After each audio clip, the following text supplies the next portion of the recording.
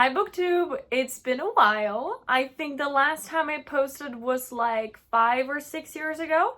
I didn't double check because honestly I'm a bit embarrassed to see what was the last video that I posted and if I deleted anything since. It's been a while. I decided that I'm not gonna stop my embarrassment from posting here because this is how we grow and this is how I can become a better content creator and how to speak better with you guys. But my name is Morgana Foman. I'm an author. I write fantasy and gothic romance. And currently out, I have Daughter of Molten Flames, the first book of the Nishkir saga. And I am going to start writing the gothic romance really soon, like the final draft, because I've already drafted multiple drafts. But the final one, I'm gonna start writing soon so that I can query it next year. So I'm here today because a lot of you requested a shelf tour on Instagram, and that's exactly what we're gonna do. So let's get started, shall we? This first shelf, we're looking at a lot of Shatter Me, Maze Runner, The 100, the Caravel series, a couple of fantasy books, a couple of classics, and a couple of political books. The second and third shelf look like this, but I'm going to be removing the books so that you can see better. The second one, I have Rainbow Rowell. I have a couple of comic books. I have this gorgeous, amazing indie series that I love very much. It's about cozy vampires. This one I read a while ago, and I don't throw out books, so they're still on the shelf, but I didn't love it. It was really traumatic. We have Shadow and Bone, and we have my favorite manga, The Girl from the Other Side. Here I have Gideon the Ninth. I have Margaret Atwood, Kick-Ass. There is Jonathan Strange, Addie LaRue, She Who Became the Sun, a history book, Death of the Author, the Jasmine Throne series, Temptation of Magic, The Hate You Give, The Giver, some George Martin, Lee Baldurgo, and Dark Crystal that I love very, very much. Over here I had these two books which were propped over there. But I also have Ballad of Songbirds and Snakes. There's some John Gwynne, I'm sure I'm butchering that, Empire of the Vampires, some Diana Wynne-Jones, A Destined Journey, which is an indie book that you should totally check out.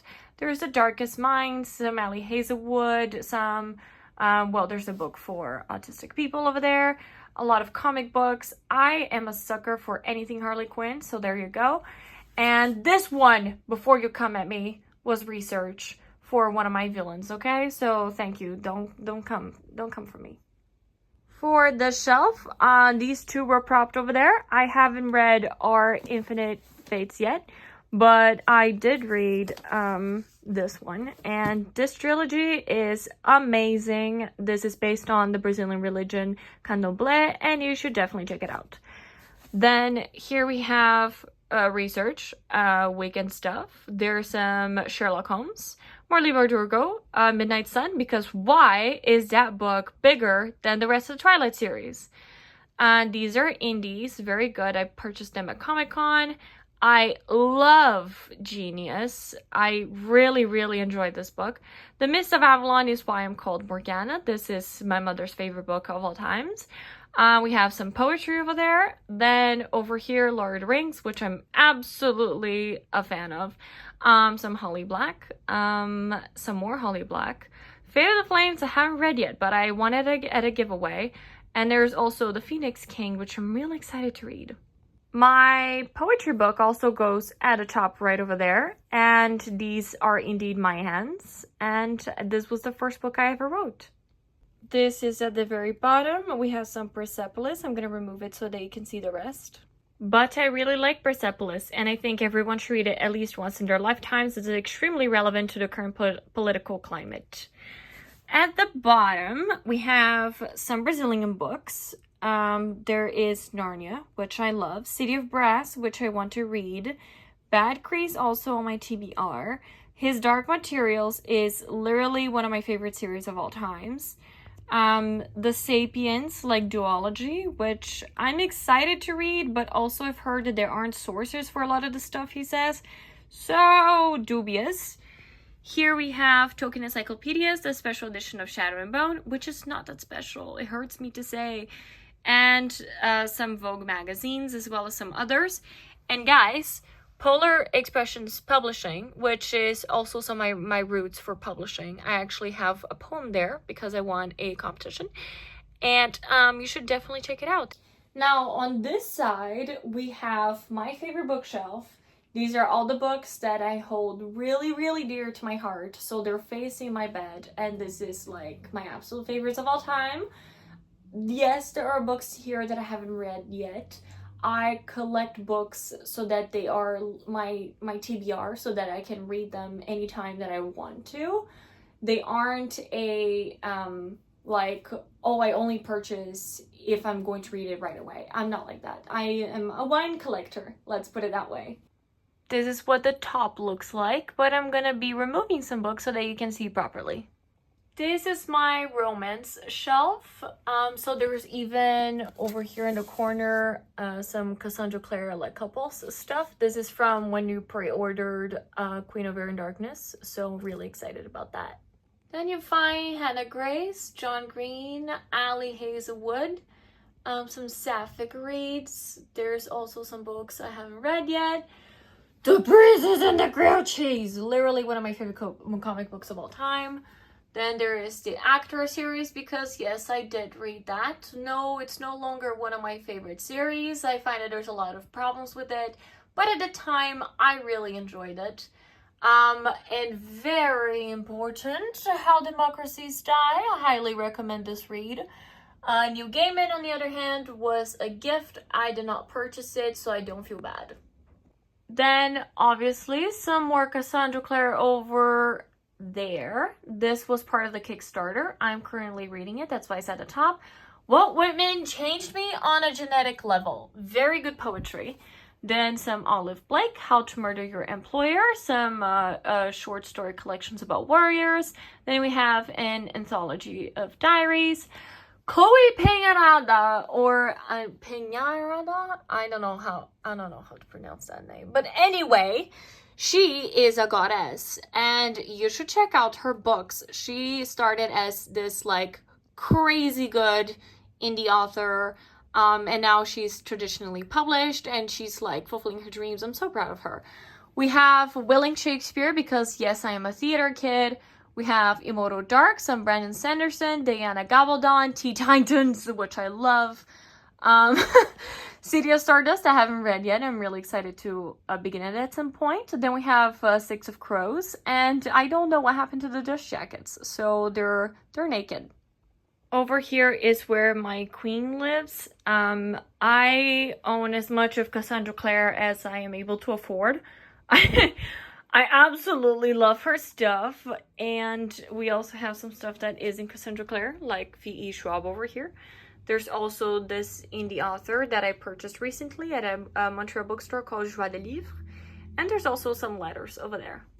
In this shelf, we have the series that is, honestly, there's a lot of problems with it, but it also changed me on a fundamental level, so it's gonna remain here. Then we have Crescent City. The first one I currently lended to my mom, so that's why you were not seeing it. The first book is one of my favorite books of all times. Again, there's a lot of problems with it, but if it changed me, then I think it did its job, and therefore I'm not going to remove it from my shelf. We have Divine Rivals and Ruthless Vows, which is literally some of like the best fantasy books I've ever read in my life. Ninth House I haven't read yet, but I'm really excited to get to it. Then Princess Knight is a recent release that I'm really excited to read, and Ophelia is like one of those books that changed me so much, and I am a die-hard fan that I might just name my daughter after her. In this shelf, Bitten, I recently purchased. It looks absolutely stunning, and honestly, I just can't wait to get to it. Then some gorgeous R.F. Kuang. Harry Potter and the Cursed Child, I think that book I might actually throw out. So I don't really throw out books, but I really, really detested it. So, I don't know. At some point, guys, at some point. Rebecca Yarros, which I didn't love, but I did enjoy it.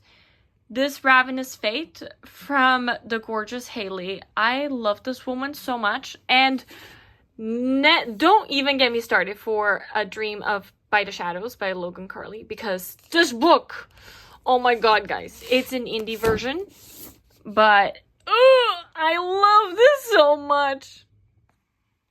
Then some Carissa Broadbent. I actually did enjoy the series, but didn't love as much as I wanted, so I might gift it to somebody. My Queen Lee Bardugo again. I think The Lives of Saints is actually the book that I like the most from her. Then Fashion the Whole Story, because my school forced me to buy this $50 book that I did not read the entirety of it, and it was just for a test, and it pisses me off. Then The Zodiac Academy was a gift. I really want to get to it because I heard a lot that it's similar to my own books, so we'll see. The King of Elfheim, I think, is one of the best books in the Cruel Prince series. City of Bones Special Collector's Edition. That one I actually thrifted for $7 and I still can't believe it. We have some Indigo books. The Yakabog, which I haven't gotten to yet, but I might not because J.K. Rowling is now problematic. Red Queen. I only have the first one in the series because I want to see if it's good before purchasing the rest. Heartstopper, I love. Was a friend who recommended to me, and I cannot get enough of it. Then Curious Tides, I've heard a lot about it, but I haven't picked up the courage yet to read it. This is what it looks like at the bottom. Okay, over here we have A Discovery of Witches and Gilded Wolves. A Discovery of Witches I really want to read after watching the trailer for the TV show. Iron Riddle is something that I really want to read, but I'm scared for Heavily Tyrant, so I haven't gotten around to it yet. This one, The Coven, I don't even know what it's about, but this, I was like, immediately, yes, I want it, and I guess we'll see.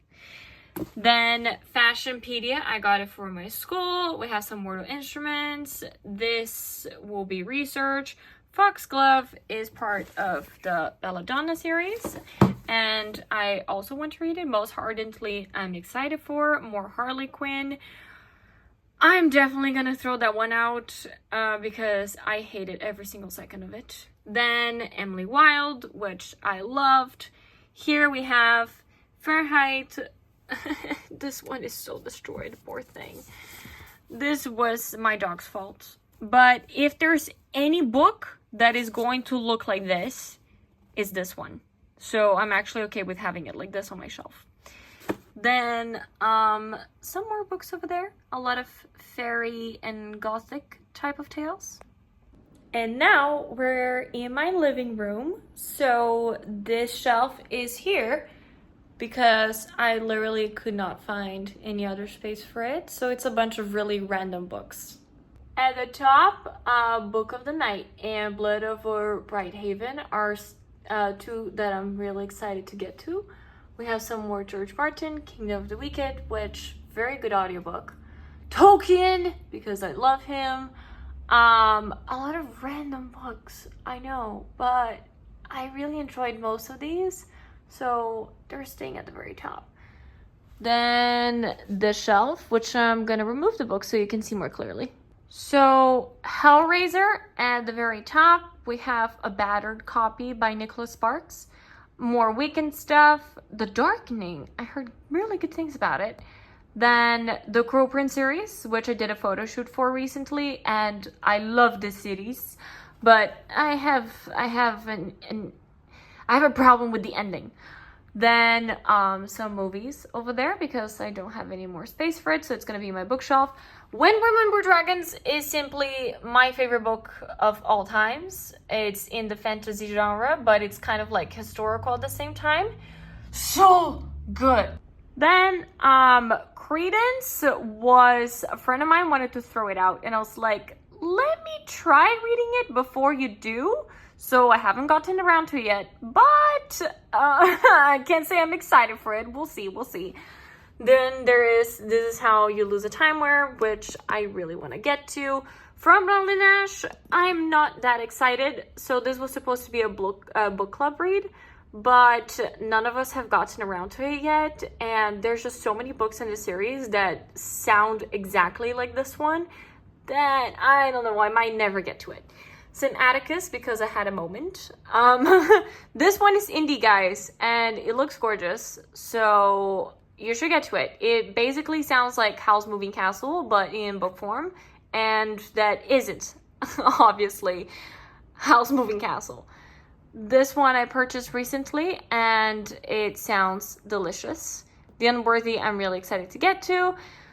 This book was another one that changed me on a fundamental level, and it's like perfect for October. Go run to the bookstore to get this one and read it.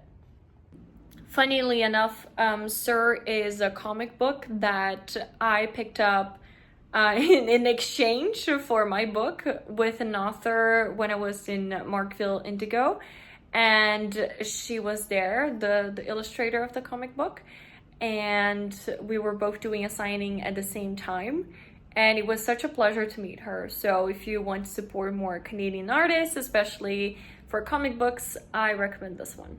Here, this is what my shelves look like, but only because I don't have any space. So this is basically like this corner and that corner are my TBR, what I'm currently reading. But this is what I had there. So Floriography, The Familiar, Dracula, and The Priory of the Orange Tree.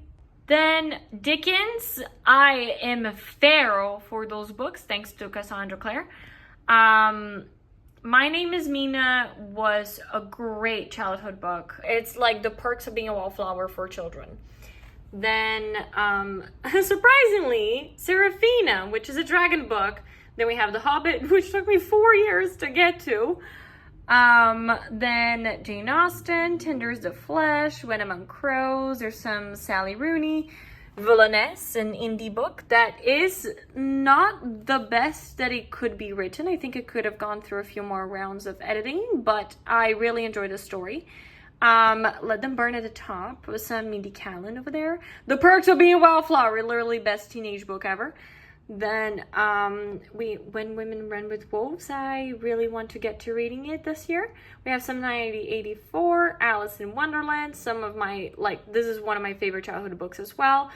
This one, I must read it because I feel like, especially with the internet, it is really hard nowadays to have your mind focused on anything, really. Unsent Letters is a indie poetry book. I am excited to get to it.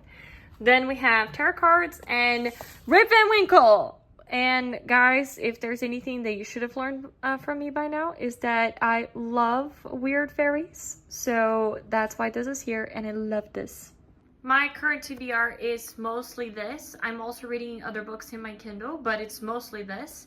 We have Lord of the Rings, The Fellowship. We have Babel. I'm loving this. This should be a classic, like Shakespeare level classic. Bloodkin is fun so far. Wuthering Heights, I'm obsessed with. Encyclopedia of Fairies, I'm reading for the first time and I'm loving it. Then we have Grim Tales over here. And on my Kindle, I'm currently reading like multiple books. But these are the stickers in case you wanted a better look. And yesterday I finished Lights Out, and this was so scrumptious, especially if you pair it with the audiobook. Here we have The Spiderwick Chronicles, Outlander, Ready Player One. I devoured this twice. It was so good. Then some classics. Then, this is why my sister's named Sophia. This is my dad's favorite book. Little Life, I am really curious why people cried, so we'll get to it at some point, and I'm gonna need probably a lot of tissues. Fate-bound, I heard it's sapphic, so I cannot wait to begin this. One Dark Window, I've heard so much about this recently, so I guess I'm gonna begin it at some point in the near future. Then these were very recent thrift finds. This was because of a book club. This was because of school. This, I know it's autistic. This sounds Arabic, so I really want to get to it. The Poppy War. These are all my notes from the Poppy War. I finished this one recently, and I'm going to get to this one very soon. This shelf is pretty tiny. I have What Big Teeth because I like the cover. I have V.E. Schwab. I have the continuation from the Miss Peregrine's Home for Peculiar Children, which I would like to read soon. The Twilight Saga, so many problems with it, so many things that just aren't well written, yet, who doesn't love Twilight? It's just so cringe. You can't help but love it.